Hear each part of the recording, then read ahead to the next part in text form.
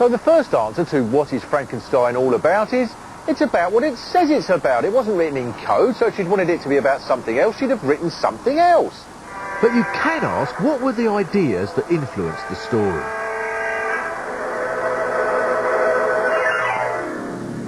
The book starts with letters from Captain Walton, who's on a ship which gets tracked as it searches for the North Pole. And straight away he expresses themes of a revolutionary age. He describes how, as he was planning his trip to the North Pole, I devoted my nights to the study of mathematics, the theory of medicine and branches of physical science. all these were associated with the Enlightenment and the rejection of education dominated by the Church. So there could be no doubting his modern spirit, he says. My father made a kite with a wire and string, which drew down electricity from the clouds.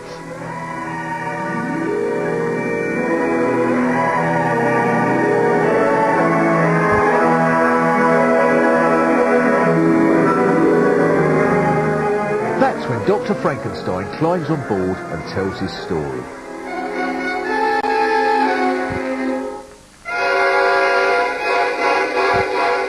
He tells Walton how he had dreamed of creating life and how he'd robbed graves to get the parts and spent years piecing them together.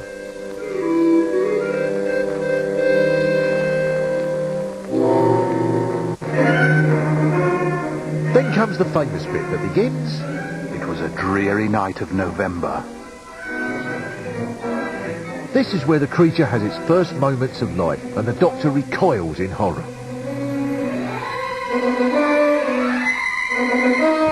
There was an obvious influence from Mary's life in this part of the story. The Doctor runs off until he falls asleep, where, he says, I dreamed I held the corpse of my dead mother in my arms. And so the creature runs off through a village where everyone goes berserk because he looks so hideous. And even then, far from destroying things, he finds a peasant family and hides in their barn. And at night tours the area, finding them food that he leaves on their step. At this point then, he was clearly trying to be as helpful as he could be.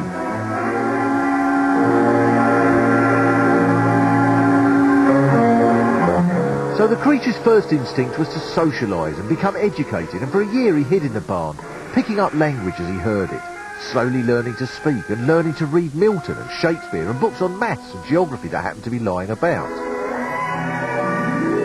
He discovers that one girl in the house had been held as a slave by the Turks and fled to where women were allowed to take a rank in society.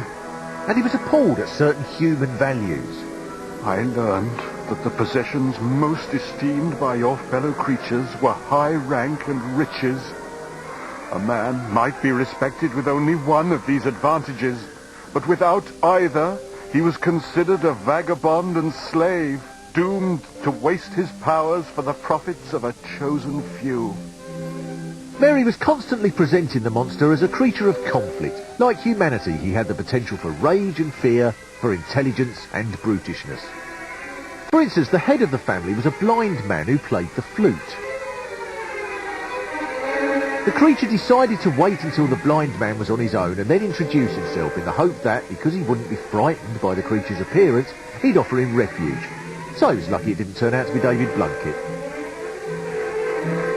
For a few moments the monster's strategy worked and the blind man accepted him, impressed at how intelligent he appeared.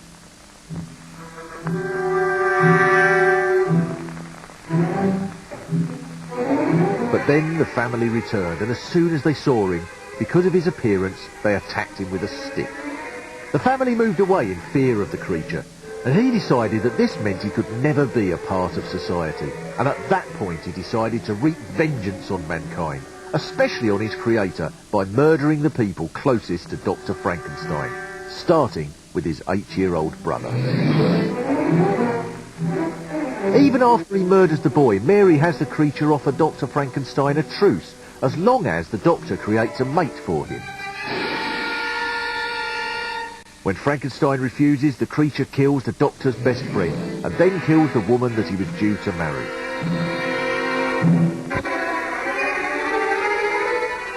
In Frankenstein, it's the creature's exclusion from society that turns him into a savage.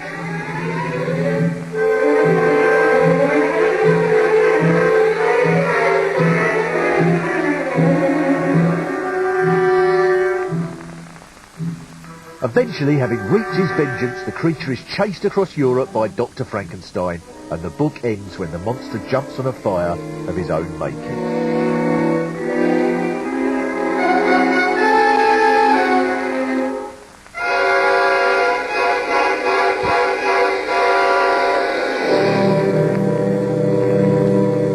So Mary Shelley has achieved something remarkable here. She's created the character of a child murderer and made the reader feel sympathetic towards him.